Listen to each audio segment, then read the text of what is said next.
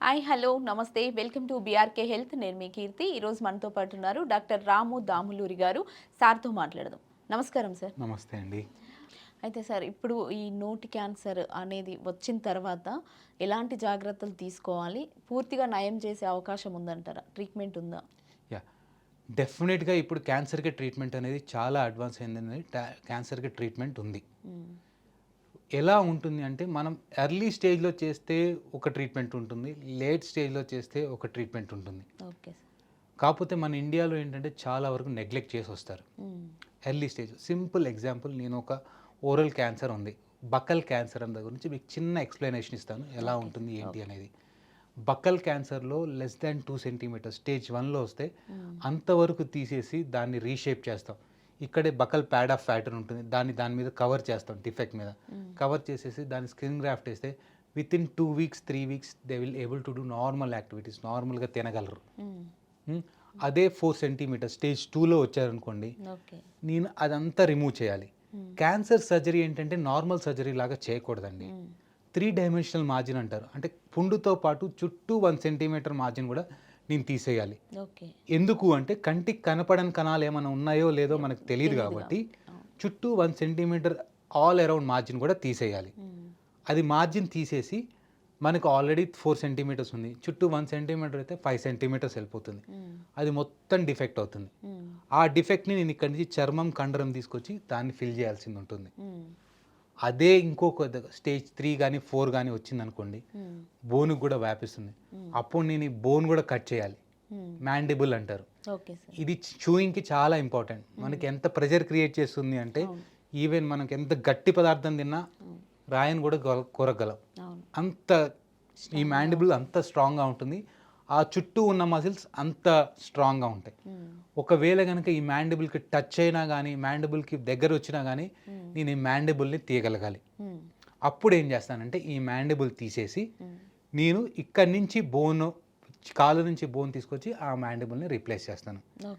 నేనేంటంటే organ preserving oncology అని ఉంటుంది. నేను I'm specialised in organ preserving oncology. అందులో ఏం చేస్తామంటే మ్యాండిబుల్ దగ్గర ఉన్న వాళ్ళలో నేను కొంచెం మంది చాలా వరకు ఏంటంటే మ్యాండిబుల్ మొత్తం తీసేస్తారు. నేను మ్యాండిబుల్లో కూడా 2 ప్లేట్స్ ఉంటాయి, అవుటర్ ప్లేట్స్, ఇన్నర్ ప్లేట్స్ అని. అప్పర్ హాఫ్, లోయర్ హాఫ్ అని ఉంటుంది. దాన్ని వరకు కట్ చేసి నేను ఆ మ్యాండిబుల్ని ప్రిజర్వ్ చేసేసి నేను మ్యాండిబుల్ని ప్రిజర్వ్ చేసి దానికి ఆల్మోస్ట్ కాస్మెటిక్గా నార్మల్గా పీపుల్ ఉండేలాగా చేస్తాను. నా దగ్గరకు ఒక పెక్యులర్ కేసు వచ్చింది. ఏంటంటే ఒక విద్వాంసుడు వచ్చాడు. ఆయన జాబ్ ఏంటంటే లైఫ్ సన్నాయి ఊదటం. సన్నాయి ఊది క్రానిక్గా చూస్తాడు. అప్పుడు ఏం చేశాడంటే సన్నాయి ఊదినప్పుడు అతను క్రానిక్ టొబాకో చూయరు కూడా, అప్పుడు క్యాన్సర్ వచ్చింది. ఆ క్యాన్సర్ వచ్చినప్పుడు నేను ఏంటంటే అతనికి లైఫ్ సేవింగ్ సన్నాయి ఊదటం. అప్పుడు ఏం చేయాలి, నేను ఈ ఓరల్ కాంపిటెన్స్ అనేది చాలా మెయింటైన్ చేయాలి. ఎందుకంటే అతను లేకపోతే అది ఓరల్ కాంపిటెన్సీ అంటారు. నేను సర్జరీ చేసి నేను మ్యాక్సిమం తీసేస్తాను అంటే లేదు. అప్పుడు నేనేం చేశానంటే అది తీసేసి, ఎంతవరకు ఉందో అది తీసేసి మార్జినల్ మ్యాండిబులెక్టమీ అంటారు, అది చేసేసి ఇక్కడి నుంచి చర్మం కండరం చేసేసి ఆల్మోస్ట్ ఇప్పుడు ఆయన వర్క్ ఆయన చేసుకోగలుగుతున్నాడు. So that is called organ preserving. అంటే ప్రతి పేషెంట్ నేను ఒకేలాగా చేస్తాను అంటే కాదు, మన పేషెంట్ని బట్టి ట్రీట్మెంట్ ఉంటుంది, ఎలా చేయాలి, అతనికి ఏది ఇంపార్టెంట్, ఆ కాంప్రహెన్సివ్ ట్రీట్మెంట్ అంటారు. అంటే నా ఎయిమ్ ఏంటంటే ఓన్లీ ట్రీట్మెంట్ చేసి నేను క్యాన్సర్ని క్యూర్ చేశానని వదిలేయం. మేము క్యాన్సర్ని క్యూర్ చేసి ఆయన నార్మల్ పొజిషన్లో నేను పెట్టగలగాలి. క్యాన్సర్ వచ్చే ముందు ఏ పొజిషన్లో ఉన్నాడో ఆ పొజిషన్లో పెట్టగలగాలి. దానికి క్వాలిటీ ఆఫ్ లైఫ్ అంటారు. I have to give quality of life also. Okay, so ఇవన్నీ మేము ట్రీట్మెంట్ ప్లాన్ చేయాలి. అంటే పేషెంట్ని బట్టి ట్రీట్మెంట్ ఉంటుంది.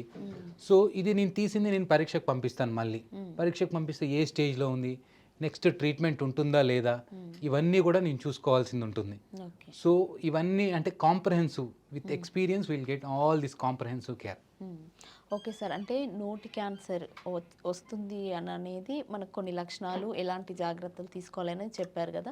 అసలు నోటి క్యాన్సర్ వచ్చిన తర్వాత దాన్ని పూర్తిగా నయం చేసుకొని నార్మల్గా ఇప్పుడు మీరు చెప్పినట్టే మంచిగా అయిన తర్వాత మళ్ళీ వచ్చే అవకాశం ఏమన్నా ఉంటుందా? మనకి స్టేజ్ని బట్టి ఎంతవరకు తిరిగి వస్తుందని చెప్తామండి. స్టేజ్ 1లో 90% వరకు క్యూర్ అయిపోతుంది. యూజువల్గా 5 ఇయర్స్ వరకు చెక్ చేస్తాం. 5 ఇయర్స్ తర్వాత తిరిగి వచ్చే అవకాశాలు చాలా తక్కువ. సో 90%, 99 to 95% స్టేజ్ 1లో. అంటే ఏ ఆర్గాన్, ఏ టైప్లో, ఓరల్ క్యాన్సర్లో కూడా ఏ పార్ట్లో వచ్చింది అనేది ఇంపార్టెంట్. లిప్ క్యాన్సర్ ఉందనుకోండి 95 to 97% క్యూర్ అయ్యే అవకాశం ఉంటుంది. టంగ్లో వచ్చిందనుకోండి అది కొద్దిగా అగ్రెసివ్ క్యాన్సర్. టంగ్లో వచ్చే క్యాన్సర్ కొద్దిగా క్యూర్ రేట్స్ అనేది కొద్దిగా తక్కువ ఉంటుంది normal cancers, but still curable. Stage 2లో ఉన్న అరౌండ్ 80% వరకు క్యూర్ చేయగలం. స్టేజ్ 3లో ఉంటే అరౌండ్ 40 to 50% వరకు. స్టేజ్ 4లో అరౌండ్ 20 to 30% వరకు మనం క్యూర్ చేయగలం. So cure is there. ఏ స్టేజ్లో వచ్చినా మనం క్యూర్ చేసే అవకాశం అయితే ఓరల్ క్యాన్సర్స్లో ఉంటుంది.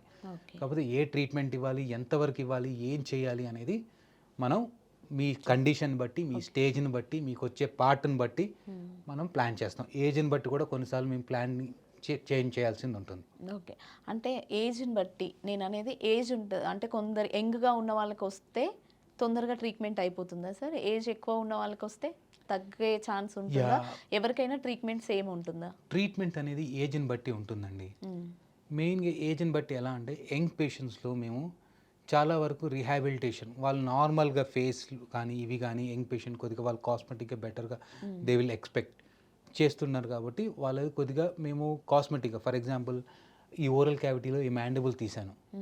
మ్యాండిబుల్ తీసిన తర్వాత మనకి రికన్స్ట్రక్షన్కి 2 ఆప్షన్స్ ఉంటాయి.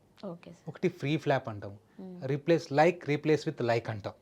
అంటే bone replace with bone, soft tissue replace with soft tissue, mucosa replace with skin. So replace with అంటే మనకి ఫంక్షనల్ అవుట్కమ్స్ అనేవి చాలా బెటర్గా ఉంటాయి. ఓకే. ఓల్డ్ పేషెంట్స్లో ఏంటంటే అంత మేజర్ సర్జరీస్ని టాలరేట్ చేయలేరు. అట్లాంటి వాళ్ళకి కొద్దిగా లెగ్స్ అగ్రెసివ్గా వెళ్తాం.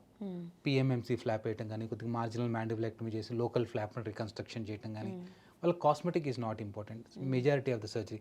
సో ఏజ్ కూడా కొద్దిగా ఉంటుంది. బట్ ఓవరాల్ ట్రీట్మెంట్ అనేది mainly based on the stage of the disease, based on the organ, అంటే మనకి ఈ 5 పార్ట్స్లో ఎక్కడ వచ్చింది దాన్ని బట్టి మనకి క్యూర్ రేట్స్ అనేది ఉంటుంది. కొంచెం మంది ఏజ్ పేషెంట్స్ ఏంటంటే కొన్ని టాలరేట్ చేయలేరు. కొన్నిసార్లు ఏంటంటే మనకి తీసిన తర్వాత ప్రివెంట్ చేయడానికి, రికరెన్స్ ప్రివెంట్ చేయడానికి మనం కొన్నిసార్లు రేడియేషన్ ఇస్తాం. ఫర్ ఎగ్జాంపుల్ మనం ఏమైనా ఇన్ఫెక్షన్ రాకముందు చిన్న పిల్లలకి ఎట్లా మనం అయితే క్యాన్సర్ వ్యాక్సిన్స్ ఇస్తున్నామో, కొన్నిసార్లు మన కంటికి కనపడని కణాలు ఏమైనా ఉన్నాయో తెలియదు కాబట్టి అటువంటి వాళ్ళకి రేడియేషన్ ఇస్తాం అనమాట స్టేజ్ని బట్టి. కొద్దిమంది ఓల్డ్ ఏజ్ పేషెంట్స్ ఆ రేడియేషన్ టాలరేట్ చేయలేరు. యంగ్ పేషెంట్స్ బెటర్గా టాలరేట్ చేస్తారు. సో ఏజ్ బట్టిని కూడా కొద్దిగా ట్రీట్మెంట్ టాలరెన్స్ అనేది కొద్దిగా డిఫరెన్స్ ఉంటుంది. But overall treatment if they are tolerate, age is just a number అండి. ఓకే. కొద్దిమంది 70 ఇయర్స్ పేషెంట్స్ కూడా నేను ట్రీట్ చేసి నార్మల్గా ఉన్న వాళ్ళు చూశాను. ఈవెన్ 40 ఇయర్స్ టాలరేట్ చేయని వాళ్ళు కూడా ఉంటారు. So age is just a number. అంటే పర్ఫార్మెన్స్ స్కోర్ మేము మెయిన్గా చూస్తాం. దాన్ని బట్టి మన ట్రీట్మెంట్ ఆప్షన్స్ డిపెండ్ అవుతాయండి. Okay sir. Thank you sir. Thank you so much. Thanks అండి. వెల్కమ్.